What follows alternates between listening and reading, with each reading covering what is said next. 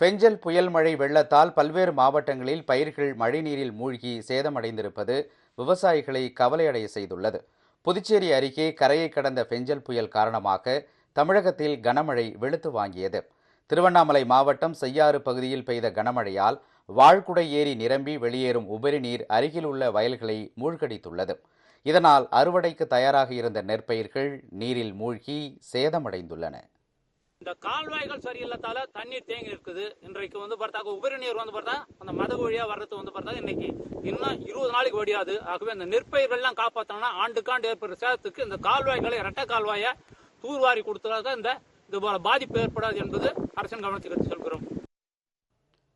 விருத்தாச்சலம் அருகே வேப்பூர் அருகே பெய்த கனமழையால் விளைநிலங்கள் கடல் போல் காட்சியளிக்கின்றன.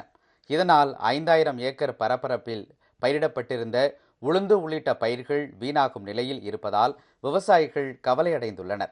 இதேபோல் பூவனார் கிராமத்தில் 450 ஏக்கர் பரப்பிலான உளுந்து பயிர்களும் மழைநீரில் மூழ்கி சேதமடைந்துள்ளன.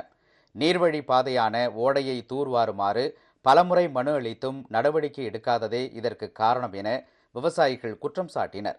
பேரையூரில் கடந்த 2 நாட்களாக பெய்த கனமழையால் 250 ஏக்கர் பரப்பிலான நெற்பயிர்கள் நீரில் மூழ்கியுள்ளன.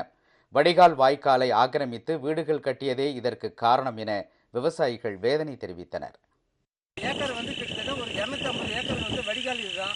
அந்த வடிகால் திறக்க முடியாத வீடுகளை கட்டி ஆத்துக்கு போற வடிகாலை எல்லாம் மறிச்சு வச்சிருக்காங்க. பல 100 ஏக்கர் வீணா போகுது. திருப்பத்தூர் மாவட்டம் ஆம்பூர் அருகே பெய்த தொடர் மழையால் மிட்டாலம் பகுதியில் நெற்பயிர்கள் நீரில் மூழ்கி சேதமடைந்துள்ளன. தமிழக அரசு உரிய இழப்பீடு வழங்குமாறு விவசாயிகள் கோரிக்கை விடுத்துள்ளனர்.